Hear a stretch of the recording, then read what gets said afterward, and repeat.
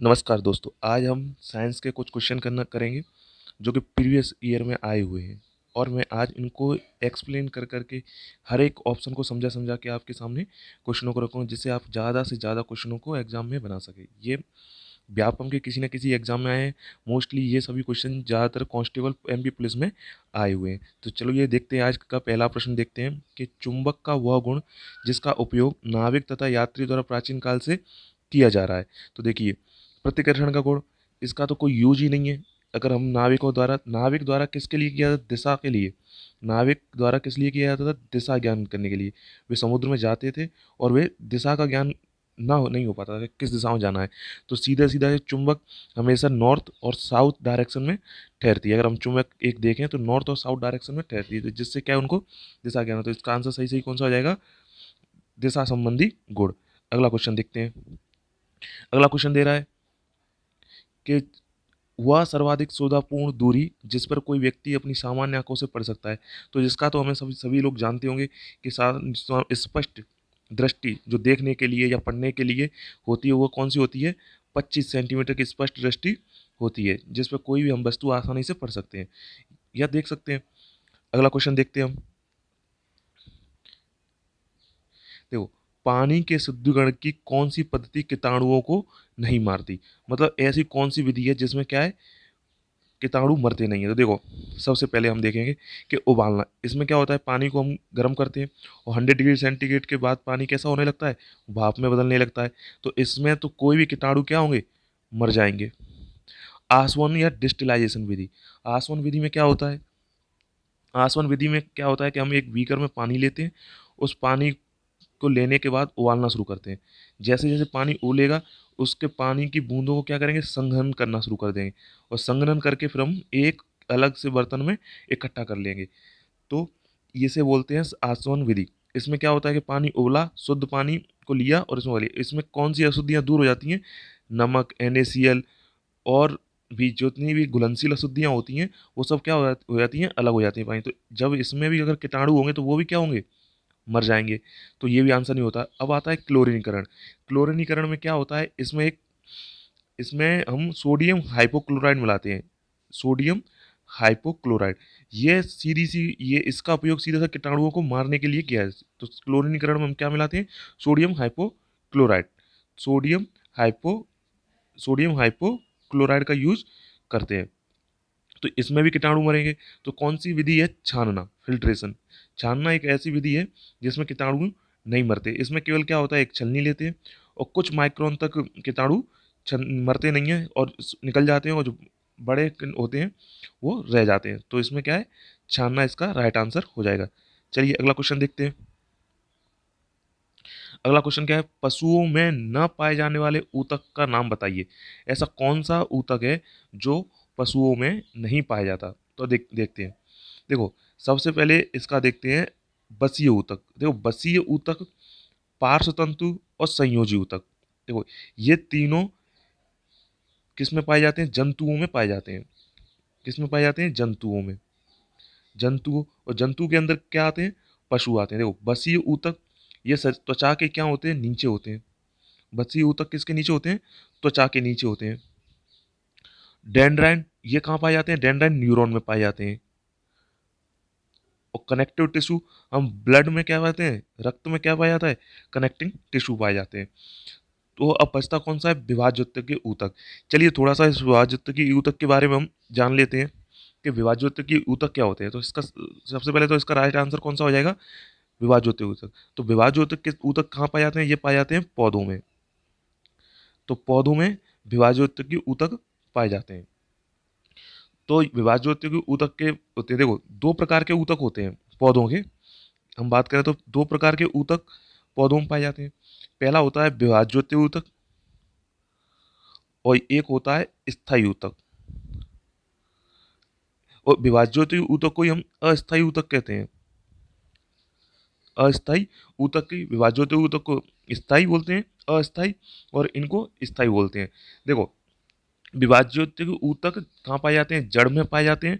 और कहाँ पाए जाएंगे? तना में। ये सबसे इंपॉर्टेंट क्वेश्चन है। कई बार पूछा गया विभाज्य ऊतक कहाँ होगा? जड़ में होगा और तना में होगा। जिनमें किसकी, देखो इसमें भी, और ये वहाँ पाए जाते हैं जहाँ पे कहाँ होती है, विभाजन की क्षमता होती है। तो विभाजन की क्षमता जड़ में होगी, जड़ के बाद तना में होगी। देखो तना, जड़, जड़ के बाद तना, फिर तना क्या शाखाओं में बंटने लगता है, शाखाओं में बंटने लगता है। और स्थायी ऊतक कहाँ होते हैं? देखो स्थायी ऊतक के प्रकार हम देखते हैं, दो प्रकार के होते हैं, यहाँ लिख देता हूँ। एक तो सरल ऊतक और एक जटिल ऊतक। दो प्रकार के होते हैं, स्थायी ऊतक होते हैं सरल ऊतक और जटिल ऊतक। तो सरल ऊतक की हम बात करें तो सरल सरल ऊतक कहाँ पाए जाते हैं? वो पौधों में कहाँ? एक तो यांत्रिक सपोर्ट देते हैं पौधों को, यांत्रिक सपोर्ट, जैसे आंधी आई, पौधा हिल रहा है, तो उसको खड़ा करने के लिए मजबूत प्रदान कराएंगे, जिससे क्या है वो गिर ना जाए। और भी कई कारण हो सकते हैं। और आंतरिक ऊतक आंतरिक भागों की रक्षा करते हैं, जैसे तना लिया, तना के ऊपर छाल आ गई, तो ये छाल क्या करेगी? पौधे की, पौधे के भीतरी अंगों की रक्षा करेगी। और इसके बाद आता है जटिल ऊतक। जो जटिल ऊतक दो प्रकार के होते हैं, जटिल ऊतक दो प्रकार के होते हैं, एक जाइलम होता है, एक फ्लोएम होता है। जल का पौधों के विभिन्न भागों में पहुंचाने का काम जाइलम करता है, और भोज्य पदार्थों का, खनिज पदार्थों का पौधों के विभिन्न भागों में पहुंचाने का काम फ्लोएम करता है। और ये क्वेश्चन कई बार पूछा गया है कि जटिल जाइलम कैसा ऊतक है? तो जाइलम कैसा ऊतक है? जटिल ऊतक है। फ्लोएम कैसा ऊतक है? जटिल ऊतक है। तो इन ये क्वेश्चन मुझे लगता है समझ में आ गया होगा। अगला क्वेश्चन देखते हैं। अगला क्वेश्चन है कि उस की पहचान कीजिए जो पशुधन का भाग नहीं है। देखो पशुधन का भाग नहीं है, पहले हम समझते हैं कि पशुधन क्या होता है। पशुधन क्या होता है? देखो पशु ऐसा धन, ऐसा पशु जिससे हमें धन की प्राप्ति होने लगे, मतलब जिससे हमें लें और लेने, देखो कोई भी चीज़ हमने ली और लेने के बाद हमने उसका व्यापारिक तौर कर दिया, और जिससे क्या है हमारी आर्थिक स्थिति मजबूत होने लगी, पैसे की कमाई होने लगी। तो आर्थिक स्थिति इसमें क्या होने लगती है? मजबूत होती है। तो उसी को तो पशुधन कहते हैं। तो देखो बतख, बतख का हमारे देश में भी और ज़्यादातर विदेशों में बतख के मांस को खाया जाता है। तो इसका भी हम क्या कर सकते हैं? व्यापारिक तौर पर यूज करते हैं। तो ये भी एक पशुधन हो सकता है। देखो इसको छोड़ते हैं, मोर, मोर के बाद देखते हैं मवेशी। मवेशी तो हम जाते हैं, गाय का, गाय हो गई, भैंस हो गई, ये सभी, और गाय भैंस बकरी बकरी भेड़, ये सभी क्या है? मवेशी के रूप में आती है। तो मवेशियों का सीधा सीधा पशुधन हम जानते हैं, बोलते हैं, और इनसे हम क्या करते हैं? कमाई करते हैं। मुर्गा तो आप लोग जानते ही हो, मुर्गा, चिकन, चिकन का हम क्या करते हैं? चिकन मांस, इसके अंडे भी लेते हैं। तो मोर का किसी भी तरह का हम व्यापारिक यूज नहीं कर सकते। हालांकि ये बात अलग है कि हम उसको मारकर उसके पंखों को बेचते हैं, कई तरह की तस्करियां की जाती हैं, पर ये एक लीगल तौर पे नहीं, इलीगल तौर पे किया जाता है। तो इसका हम व्यापारिक तौर पे नहीं कर सकते, परंतु इन तीनों का हम व्यापारिक यूज कर सकते हैं। चलिए अगला क्वेश्चन देखते हैं। अगला क्वेश्चन है, दिवाली के बाहर पटाखों से इमारत इमारत के बाहर जलाएं, इनके जलने के थोड़ी देर बाद ध्वनि सुनाई देती है। ऐसा इसलिए क्योंकि देखो हमने देखा कि पटाखे जलते हैं, और पटाखे जलने के बाद क्या होता है कि आई एकदम चमक एक पहले आ जाती है, और उसके बाद हमें क्या है? साउंड सुनाई देता है। तो इसका सीधा सीधा सा कारण होता है कि प्रकाश की जो चलने की गति है, प्रकाश की गति और ध्वनि की गति दोनों में चलने का फर्क है। केवल इसका सीधा सीधा कारण है कि प्रकाश की गति और चलने और ध्वनि की गति में चलने, तो प्रकाश की गति ज़्यादा होती है अपेक्षा ध्वनि की गति। क्यों? क्यों? प्रकाश को चलने के लिए कोई सी भी माध्यम की आवश्यकता नहीं होती, परंतु ध्वनि को चलने के लिए माध्यम की आवश्यकता होती है। ध्वनि की चाल विभिन्न माध्यमों में अलग अलग होती जाती है। अगर हम हवा में देखें तो विभिन्न अलग होगी, इसका पानी में इसकी अलग होगी, अगर किसी ठोस पदार्थ में देखें तो अलग होगी। तो इसलिए इसकी चाल कैसी होती है? भिन्न भिन्न। परंतु प्रकाश की चाल, निर्वात में भी प्रकाश चल सकता है, तो प्रकाश की चाल अधिक होती है। तो अगर हम देखें प्रकाश की चाल कितनी होती है? 3 × 10⁸ मीटर प्रति सेकंड होती है, और ध्वनि की चाल होती है 300 मीटर प्रति सेकंड। ये ध्वनि की चाल होती है। 300, कहीं 344 होता है, 350 भी लिख सकते हैं कहीं भी। तो ये किसकी होती है? ध्वनि की चाल होती है। तो इसका आंसर देखते हैं कि ध्वनि तरंग की तीव्रता समान होती है, परंतु आवृत्ति भिन्न होती है। आवृत्ति और तीव्रता से यहाँ कोई भी मतलब नहीं है। प्रकाश ध्वनि से तेज यात्रा करता है। देखो ये क्या है? प्रकाश क्या है? ध्वनि से तेज यात्रा करता है। तो ये क्या है? इसका आंसर है। अगला देख लेते हैं और भी ऑप्शन क्या दिए कि हमारे कान ध्वनि सुनने में अधिक समय लेते हैं, इसका कोई मतलब नहीं है। प्रकाश ध्वनि की तुलना में तेजी से होता है, तो ध्वनि प्रकाश की तुलना में तेजी से यात्रा नहीं करती, प्रकाश ध्वनि की तुलना में तेज यात्रा, तो ये भी आंसर गलत हो जाएगा। चलिए अगला क्वेश्चन देखते हैं। अगला क्वेश्चन है कि हृदय धमनियां शिराएं एक साथ कार्य करते हैं, यह संगठन किस स्तर का उदाहरण है। जब ये संगठन किस स्तर का उदाहरण है, मतलब ये सभी एक साथ कार्य करेंगे तो ये क्या कराएंगे। अब देख लिए एक सीक्वेंस देख लेते हैं कि क्या होता है। देखो, कोशिका मिलेंगी, कोशिका मिली, तो कोशिका मिलेंगी तो किसका कार्य करेंगे, कोशिका, सभी कोशिका मिलकर ऊतक का निर्माण करती हैं, कोशिका मिलकर ऊतक का निर्माण करेंगी, और ऊतक मिलकर अंग मिलेंगे, बनेंगे, मतलब बहुत सारे ऊतक मिल जाएंगे तो क्या बन जाएगा, अंग मिल बन जाएंगे। कोशिका मिलकर ऊतक का निर्माण करेंगे और ऊतक मिलकर अंग का निर्माण करेंगे, और अंग मिलकर किसका निर्माण करते हैं, एक तंत्र बना देते हैं, पूरा शरीर बना देंगे, पूरा एक सिस्टम बना देंगे। तो कोशिका ऊतक, ऊतक अंग, और अंग क्या बना देगा, तंत्र बना देगा। अब देखो, हृदय धमनियां शिराएं ये सभी कैसे कैसे ऊतक छोटे छोटे मिलकर, अंग मिलकर, छोटे छोटे अंग मिलकर क्या बना देंगे, ऑर्गन सिस्टम, एक अंग प्रणाली बना देंगे। क्योंकि कोशिका क्या बनाएंगे, ऊतक बनाएंगे, और ऊतक क्या बनाएंगे, कोशिका ऊतक बना देंगे, और ऊतक क्या बनाते हैं, और ऊतक क्या बनाएंगे, अंग बना देंगे, और अंग मिलकर क्या बनाएंगे, अंग प्रणाली बनाएंगे। तो इसका आंसर क्या हो जाएगा, दूसरा, अंग प्रणाली। चलिए अगला क्वेश्चन देखते हैं। चार कच्ची हृदय वाले सरीसृप का नाम बताइए। देखो, चार कच्च, फोर चैम्बर, अगर चार कच्च की हम बात करेंगे तो किस किस के चार कच्च होते हैं।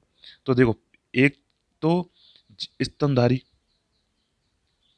स्तनधारी के कितने होते हैं, जितने भी स्तनधारी होंगे उनके कितने कच्च होंगे, चार कच्च होंगे। दूसरा, पक्षी वर्ग, अगर कोई भी पक्षी वर्ग के बारे में पूछेगा तो भी हम कहेंगे कि इनके भी कितने वर्ग होते हैं, कच्च, चार कच्च होते हैं। तो देखो, पक्षीधारी, स्तनधारी और एम्फीबियन, उभयचर, उभयचर, कुछ उभयचर के कितने होंगे, उभयचर के तीन होते हैं, उभयचर के तीन होते हैं। देखो अब कुछ देख लेते हैं। तो देखो, मगरमच्छ, बैनरस, छिपकली, गिरगिट और मगर, ये सब दिए हुए। तो देखो हम इसमें देखो, मगरमच्छ एक ऐसा है जिसके क्या होंगे, चार कच्च होते हैं। अब कुछ और देख लेते हैं, दो चार जानवर। सबसे ज्यादा कॉकरोच, कॉकरोच के कितने होते हैं, कॉकरोच के 13 चैम्बर होते हैं, कॉकरोच के बारे में। जिराफ के, अगर कोई पूछता है कि जिराफ के केवल एक हर्ट होता है, कितने हर्ट होता है, एक हर्ट होता है। ये मैं किस लिए बता रहा हूँ, क्योंकि एक बार पूछा गया था कि जिराफ के कितने हर्ट होते हैं, एक होता है। इसके अपोजिट में अगर बात करें तो ऑक्टोपस के कितने हर्ट होते हैं, तो ऑक्टोपस के होते हैं 3 हर्ट। मुझे लगता है ये समझ में आ गया क्वेश्चन। अगला देखते हैं। ब्रॉयलर चिकन का भरण क्या है। देखो, ये थोड़ा सा अजीब सा क्वेश्चन आया था एक बार कि broiler chicken, broiler broiler chicken का भरण क्या है। तो देखो, इसका बॉयलर चिकन के बारे में हम देख लेते हैं। एक बॉयलर चिकन क्या होती है, एक सफ़ेद मुर्गी की प्रजाति होती है, सफ़ेद मुर्गी होती है, ये ब्रीडिंग नस्ल की होती है। इसका उपयोग केवल केवल मांस के लिए किया जाता है, हमारे यहाँ मांस के लिए किया जाता है इसका। और ये क्या है, बॉयलर चिकन क्या है, अंडा नहीं देते। तो ये फिर इसकी कहाँ से आते हैं, तो ये हैचरी, हैचरी से हम इसका अंडा लेते हैं, और उन अंडों से हम बॉयलर चिकन का निर्माण करते हैं। इनको एक, अगर मैं दूसरी भाषा में ये कहूँ कि बॉयलर चिकन से सीधा सीधा मांस लिया जाता है, इसको व्यापारिक तौर पर इसका यूज किया जाता है। देसी मुर्गों की अपेक्षा हम बॉयलर चिकन का यूज करते हैं। देखो, अगर बॉयलर चिकन लें और इधर देसी लें, तो बॉयलर चिकन दो 40 से 50 दिन में 2 किलो का हो जाता है, और देसी चिकन को कम से कम बड़ा होने में थोड़ा सा टाइम लग जाता है। देसी चिकन में क्या है, 200 दिन तक टाइम लगा देता है इतने ही वजन का होने के लिए। तो इसलिए इसका व्यापारिक तौर पर यूज करने का कारण तो ये भी है। दूसरा कारण क्या है, दूसरा कारण क्या है कि इसमें इसमें प्रोटीन, विटामिन, देखो इसमें प्रोटीन तो नहीं कहना चाहिए, इसमें कैलोरी, फैट और कार्ब्स, तीनों की तीनों इसमें देसी चिकन की अपेक्षा अधिक होते हैं।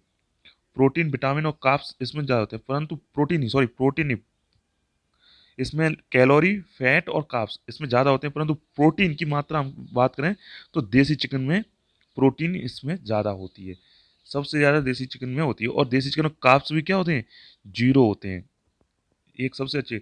हालांकि देसी चिकन सबसे बेस्ट होता है, परंतु सबसे ज़्यादा क्या माना जाता है, अगर हम जनरली तौर पे यूज़ करें पूरे भारत में बात करें, अगर विदेशों में बात करें तो बॉयलर चिकन प्रजाति का ही मुर्गे का मांस उपलब्ध किया जाता है, ज़्यादातर स्टोर में ये मिलते हैं।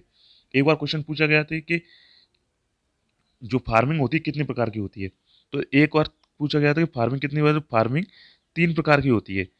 पहली फार्मिंग होती है लेयरिंग फार्मिंग, दूसरी होती है हैचरी फार्मिंग, और तीसरी होती है ब्रॉयलर फार्मिंग। तो इसमें क्या है कि ब्रॉयलर फार्मिंग में केवल मांस का उत्पादन किया जाता है, हैचरी में अंडों का उत्पादन किया जाता है, सॉरी सॉरी, लेयर फार्मिंग में अंडों का उत्पादन एक दिन में एक अंडा मुर्गे से प्राप्त किया जाता है, हैचरिंग में चूजों का उत्पादन किया जाता है, और ब्रॉयलर फार्मिंग में मांस पे फोकस किया जाता है। तो कितनी तरह की फार्मिंग हो जाएगी, फार्मिंग 3 टाइप की फार्मिंग हो जाएगी। अब इसका देखो आंसर देख लेते हैं कि देखो विटामिन से भरपूर संपूरक के साथ पर्याप्त मात्रा में वसा है, पर्याप्त मात्रा में कार्बोहाइड्रेट है और भरपूर प्रोटीन है।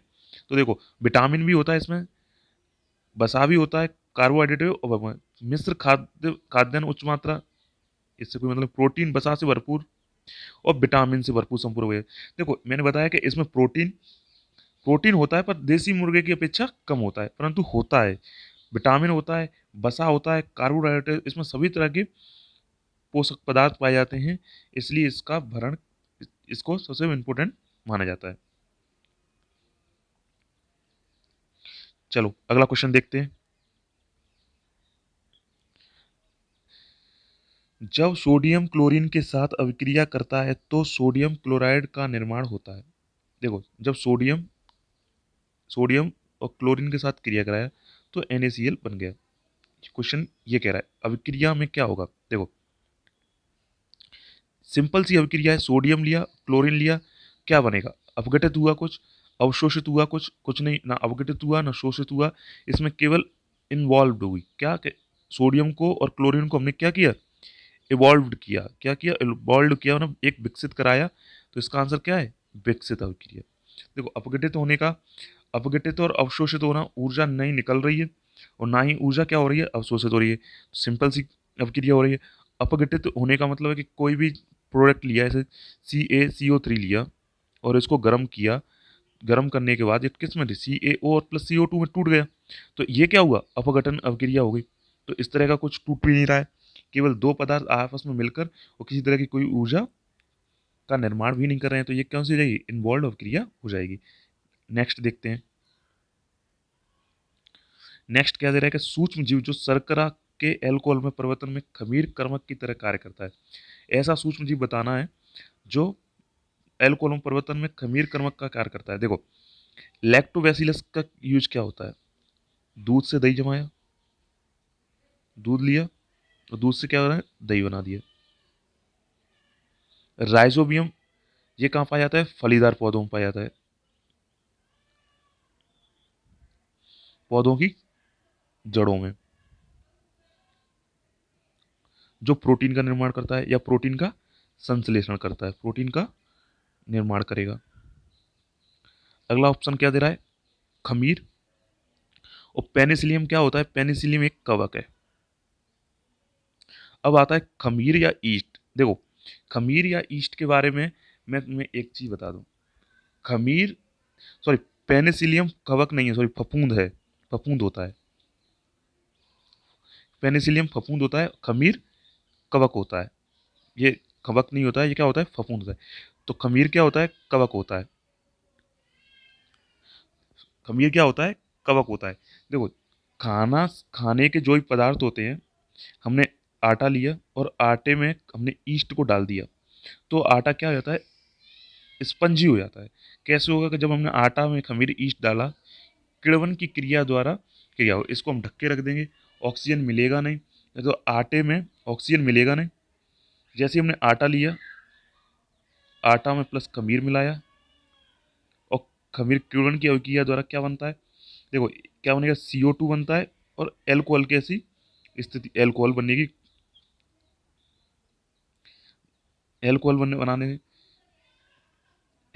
की स्थिति है। तो किण्वीकरण अभिक्रिया, इस क्रिया को क्या बोलते हैं? किण्वीकरण अभिक्रिया बोलते हैं। तो इसमें क्या होता है? CO2 और एल्कोहल का निर्माण करता है। हमने देखा बाटी में बनाते हैं तब भी हम खमीर का, ईस्ट का उपयोग करते हैं। पिज्जाओं में जो बेस होता है पिज्जा, उसमें भी हम क्या ईस्ट का यूज करते हैं, जिससे क्या है वो स्पंजी बन जाता है। तो इसका आंसर क्या हो जाएगा? किस सूक्ष्म जीव का उपयोग किया जाता है? तो ईस्ट का उपयोग किया जाता है। धन्यवाद दोस्तों, ये थे कुछ साइंस के इंपॉर्टेंट क्वेश्चन। अगला पार्ट हम जल्दी लेके आएंगे, तब तक हमारे चैनल से जुड़े रहिए। धन्यवाद।